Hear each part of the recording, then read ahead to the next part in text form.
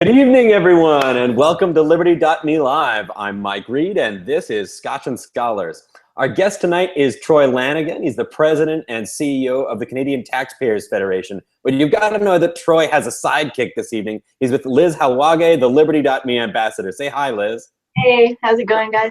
Can you come like more to the center of the screen so people can actually see you for a moment? Hi, Liz. There she is. If you have been to any Liberty event on the continent in the last year, there's like a 70% chance that Liz was there and that you saw her. It's true. I can vouch for that. I think 3 different cities so far in the last year. Yeah. Anyway, I'll leave now. Bye. So Troy's new book is called Fighting for Taxpayers, Battles Fought and Battles Ahead. Show us that book, Troy. What is it? He's bringing me the book. He promised me there was a book. You can tell already I am, Mike. There we go. Put it right up to the camera there. Yeah, there we go. Fighting for Taxpayers, Battles Fought and Battles Ahead. He says that he's kind of looking back at the work of the Canadian Taxpayers Federation, but he's also looking forward at some of the big crises that are kind of coming down the fiscal pipeline at taxpayers in Canada, or the Canadian state as a whole. Troy, it's great to have you on. It's great to talk to you again tonight. Great to be here. Thank you for the opportunity, and it's good to be with you. Yeah. So a lot of our audience at Liberty.me are Americans, and I just want to start by trying to get a feel for this often made but rarely clarified comparison between the tax situation of your ordinary Canadian family and your ordinary American family. Like, is it easy to say, well, Canadians pay more taxes or Americans pay more taxes, or does it kind of depend on what kind of taxes and what kind of family they are and so on? Yeah, I mean, it depends a bit, but generally speaking, Canadians do pay more tax. If you look at, to measure it economically, about 25% of the American economy is taxation, measured as a percentage of GDP, and about 31% in Canada. But interestingly, our spending levels in both countries are almost identical now, both at about 42% in the United States and about 43% in Canada. Amazing. So, a little bit more debt being racked up in the United States right now, but we're trying to catch up in Canada. So no, I'm okay. That makes sense, but I'm shocked that the spending levels are equivalent because, I mean, per capita, yeah, we both have various social welfare programs, but we have like way fewer jets, tanks, bombs per capita. How on earth are we anywhere near the American government expenditure in that sense? I think it's social programs. You look at things like employment insurance programs in Canada, social welfare programs, healthcare, obviously, right, and much more on healthcare. At least the government portion of healthcare is much higher in Canada than it is the United States. So that offsets all the planes and the bombs and the guns and all those kind of things that are spent by the U.S. I decide whether I prefer. I guess I'm happier with fewer bombs if I have to choose. If I have to choose which programs there are. Troy, tell us a little bit about the book in terms of what got you writing this. So you've been doing Canadian Taxpayers Federation for how many decades now? 1992, I started with the organization. And it was founded in 1990, so I've been there almost since the inception. So the book was really to mark our 25th anniversary. And it talks a lot about the war stories over 25 years of various campaigns and things behind the scenes, and some victories and not so victories, and funny things, and meetings with politicians and rallies and events, and sharing some funny anecdotes over 25 years as well. So that's the biggest part of the book. And then the other part of the book is to say, let's look ahead 25 years. What are the big challenges that are going to face taxpayers in the next 25 years? What are the 5 biggest, if you will, challenges that every taxpayer should be concerned about? And I think those issues are both sides of the border. And we can get into that as we go. Our organization, the Taxpayers Federation, was founded really in 1989, in effect. We were imposing a GST, which for our American viewers is a value-added tax. And it was coming into effect in 1990. And a bunch of people, a ragtag group of people, organized these things called Axe the Tax rallies that were mostly across Western Canada in opposition to the tax. The argument being is that governments needed to control their spending. They didn't need another tax lever at a time, that they should be focused on the spending side of the equation. So at the time the tax was coming in, they were proposing 9%. And I would like to say that the rallies, of which thousands of people attended, did in fact result in the tax being introduced at a rate of 7%. So at least it had some effect that way. But these guys, when they did these rallies, in the aftermath, they all sat around and said, you know, we're responding to things. We're responding to what governments are doing. Like if taxpayers are going to have a voice, we need to pre-act rather than react. So they said, let's start a taxpayer organization that can do things and impose its voice, make people heard before governments impose decisions, because the GST was decided. It was only a matter of whether the rate would be 7% or 9% or whatever else it would be. So that's really what the impetus was, to get a professional advocacy group started and off the ground. And so a couple of things that are important. We were strictly nonpartisan. We didn't support or oppose any political parties of the day. We wanted to be a watchdog. And that's important too, because oftentimes opposition politicians aren't blowing the whistle on what governments of the day might be doing. So a great example of this is, and again, it's probably in both countries, is the pension benefits of politicians. Right? We have calculated the member of parliament and legislative pensions for politicians in Canada for a number of years. And just exposing that has resulted in embarrassing these guys into making changes. It's one of the victories that we've had over time. And the last thing I'd say that's really important about groups like ours is it's a counterbalance, because there are, let me share a story with you, Mike, is we had one of our spokespeople, I'm fast forwarding to 2006. He went before a parliamentary committee. This is after the Conservatives were elected. And he starts doing his presentation. He says, you know, governments need to spend less money. They need to tax less. They need to leave more decision-making in people's hands, all the stuff that we believe. There was a rookie member on the committee that stopped the proceedings. He literally says, whoa, wait a minute, stop. This person is standing in front of this committee asking that we spend less money.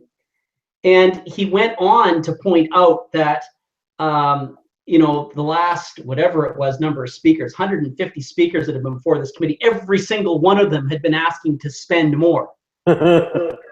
So this is part of the problem, right? For those of us that believe in limited government, is that we are so outgunned, we're so outnumbered.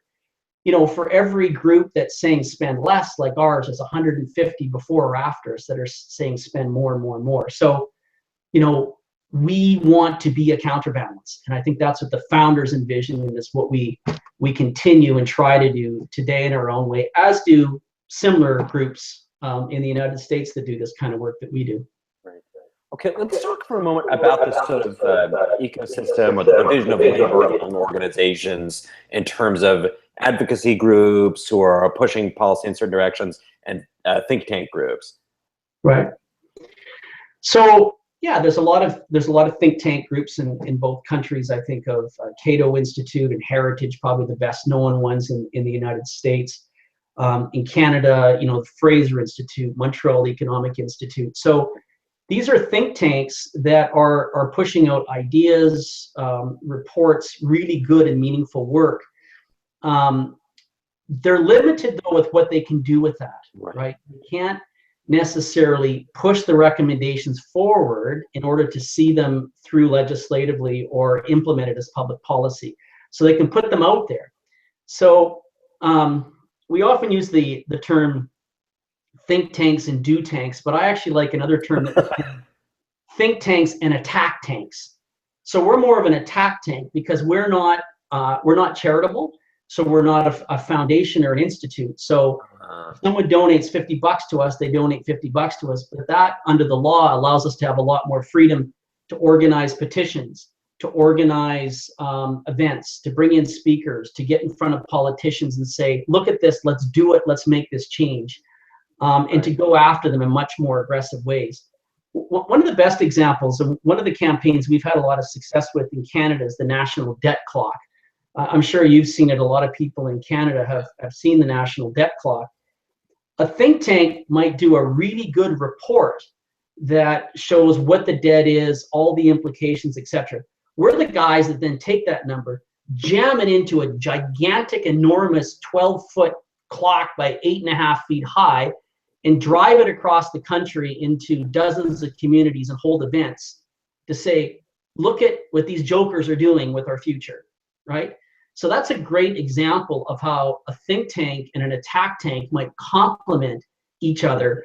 I like to use the term that we're popularizers, or as Mike Walker, the founder of the Fraser Institute, talks about, wholesalers and retailers. I like that analogy as well. He said, you know, the Fraser Institute is a wholesaler, whereas groups like the CTF are retailers down on the ground trying to provide this information in concrete ways. If you see that debt clock turning, it's much more real than talking about $1 billion or $1 trillion. I mean, you're losing people. And yet it's important, because a $16 glass of orange juice spent by a politician on an expense account is very tangible to people. We need to make the billions and the trillions tangible too, and that's always a challenge in the public policy sense, to grab people and to get a hold of them and to understand and to think about their futures fiscally. Right. So in terms, you talked about the Fraser Institute in terms of being a wholesaler, but can we zoom back even a little further and talk about some of the sort of particular influences or thinkers who shaped how you and CTF approach what you do? Well, I think we probably all have our individual stories and influences. I think part of the success of us, and actually Liz and I were talking about it at dinner tonight a bit, is that we have been fairly focused. Our mission's lower taxes, less waste, accountable government. And although I have a lot of views on social issues and military foreign issues, we don't talk about that at the CTF, and you're not going to get me to talk about it on here. I love. Hang on, Troy. I have to cross off about 2/3 of my agenda here. Hang on. But you know, by staying focused, everyone knows who you are. 25 years, the media knows that they call us when it comes to government waste or an Auditor General's report or that sort of thing. So I think that's been very helpful. But you know, for me, myself, it was really started with my dad, who was a union leader and organizer, and we'd argue. So I was a rebel of a different sort. I'd often challenge these things, and then in university, to get handed books. I mean, of course, back in the 80s, it wasn't all online and electronic versions. It was, you know, the big three for me were Milton Friedman, Ayn Rand, and Hayek. Yeah. Those were the big three. But, you know, there was a lot of others. We were just looking at books on the shelf a little bit. Economics in One Lesson. Yeah. You know, just a great little book. And we hand these things out. And oh, you guys bring some Hazlitt around to your events and hand them out? Yeah, sometimes. We generally, you know, some of the stuff that Atlas puts out and others will. Now we have a student wing of the organization called Generation Screwed, and in that sense, it's a little bit more ideological in that we will hand out books and have book contests and that sorts of things. Whereas the CTF itself, its brand is a little more. Look, there's ideological underpinnings to it, because, look, I think when people, you know, a dispersion these days in the media is almost cast when you say, "Oh, you're ideological. Oh, he's ideological," like it's some sort of bad thing. It's stupid, because ideology says to me, you have a compass, you believe in a set of values, you have a sense of right and wrong, and you know, it makes itself more predictable and understandable. I mean. Bernie Sanders is completely ridiculous to me, but he's an ideologue. He's predictable. He has a compass and a set of beliefs. Ron Paul had a compass and a set of beliefs. populists often, you know, you don't know where they're coming or going, or, you know, it's, you know, they could be attacking capitalism one minute and then embracing it the next, and you're sort of left wondering, if someone like that's in power, what direction are we headed in? So I think that's the challenge for people like Donald Trump. I'm not going to get into politics, but I felt you sliding into my hands. Right. Okay, I want to go back to something you mentioned earlier about. Can you hold up the book again? Something that's inside the book. You talked about having the top 5 challenges for Canadian taxpayers, and I wanted to zoom out a little bit and ask you about the challenge we hear a lot about from the United States about unfunded obligations. That is, obligations that are coming down the road that, technically speaking, the taxpayers aren't yet paying taxes for. Are we in a similar, like, doomed situation in the Canadian fiscal environment? So, you know, you talk about boiling things down so it's understandable. And when we do our debt clock tours and we get our staff who we have across the country, you know, we'll use the term, when we talk about debt, we're borrowing $169 million a day. Okay. Wow. Obviously, the US number would be astronomically higher. But at 169 million a day, it sticks a little bit more than talking about billions or trillions.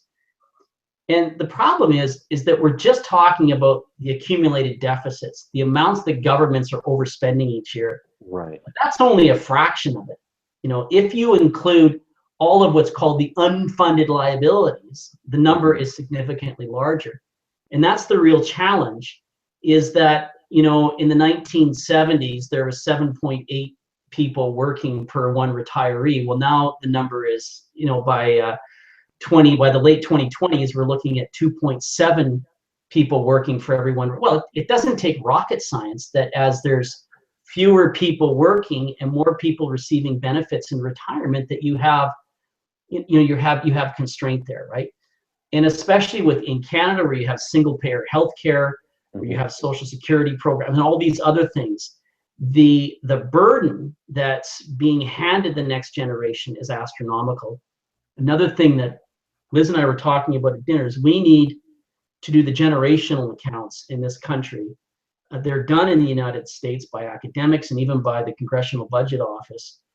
But it's the question to ask, you know, what is going to be the effective lifetime tax rate of younger people when they look over their lifetime of working? Because, you know, it's significant. All of the promises that we've made, right? We don't think about healthcare as a number in the debt clock, but it very much is, because all of these programs are on a pay-as-you-go basis. And at the end of the day, Mike, it's not about ideology. It's about mathematics. It's about, is the welfare state sustainable? And the answer is it's not. And it's not to say that there shouldn't be programs, or we shouldn't, you know, that there shouldn't be supplements for people in need, all of that stuff. I'm not an anarchist, but you have to, these things have to be sustainable. You put the very essence of these programs in more danger by not putting them on a secure footing. This is the stupidity of these people that just say spend, spend, spend, and every time you say no, we need to look at them being sustainable and affordable and have more competition and all these other kind of things, and they, you know, they engage in ideological arguments with you, but at the end of the day, it's a mathematic question as to the sustainability of these things. Otherwise, they cease to exist. Yeah. So that's the big debate, and that's the challenge. And to put that out there in a way that people understand it is, well, it's our life. So you prefer to focus on the sort of the nominal debt, even though that doesn't get the whole picture, because it reaches people more profoundly than having to spend like 3 pages explaining why the debt isn't the only problem. One thing we're trying to do with the Generation Screwed initiative, which is the youth initiative, is to talk more about these unfunded liabilities, to talk more about you know, what these future costs are for these programs, so there's a greater understanding. So, I mean, there's lots of statistics out there. I'll just share one with you. The Canadian Institute of Actuaries, for example, suggests that by the year 2037, now that's a little ways off, but it's not incredibly far off, that based just on our healthcare system, our single-payer healthcare system, but that by 2037, it will consume 103% of all budgets, all provincial budgets in Canada, just to maintain the services that we have today. Okay, that's a mathematical equation based on what the single payer system is costing, based on incremental increases, based on the aging population. So how the hell does that happen? How are you going to spend 103% of all your budget? Right. So, Troy, let's assume Canadian Taxpayers Federation didn't exist. And let's assume that we've reached the year 2037 and we have not yet kind of turned the ship around. Everything's still going in the predicted direction. What's the likely sort of policy response or voter response in the absence of something like the CTF to spending 103% of every budget on the healthcare? Oh, I briefly lost Troy. I hope he didn't think I was going to make him talk about Donald Trump. He's coming back.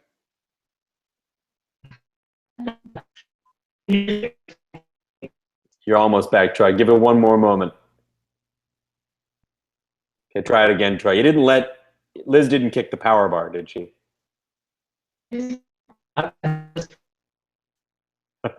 Okay, Troy, here's your best move. You just oh. Is he there? Nah, he's not there. Okay, guys. So this is we're like 2 minutes out from wrapping it up anyway. So I'm going to wrap it up right now with Troy, and we'll bring it back another time. So thank you everybody for joining us on Liberty.me Live. I want to let people know how to get more from Liberty.me Live, and then I want to let people know how to get more from Troy Lanigan and Canadian Taxpayers Federation. Number one, how to get more from Liberty.me Live. We've got a show tomorrow night. It's the Future Freedom Foundation. Speaking of think tanks, that it runs tomorrow night at 8 p.m. Eastern. It's with Jacob Hornberger and Scott Horton. And for those of you who are watching live, I'm going to put the link right there. Go ahead and enjoy that show tomorrow night. And for you guys who want more Troy Lanigan, more Canadian Taxpayers Federation, check this one out. This is the Amazon link to the actual book we're talking about tonight, Fighting for Taxpayers, Battles Fought, Battles Ahead. And that's sort of the central Troy Lanigan achievement of the recent past. But here's Troy Lanigan's institution, the Canadian Taxpayers Federation, right there at the very wisely chosen address of taxpayer.com. So go and enjoy that there too. All right, everybody, I've had a lovely evening. It's been great to talk to you. Thank you to Troy, and thank you to Liz for joining us. And thank you, everybody, for watching. I'll see you again soon on Liberty.me Live.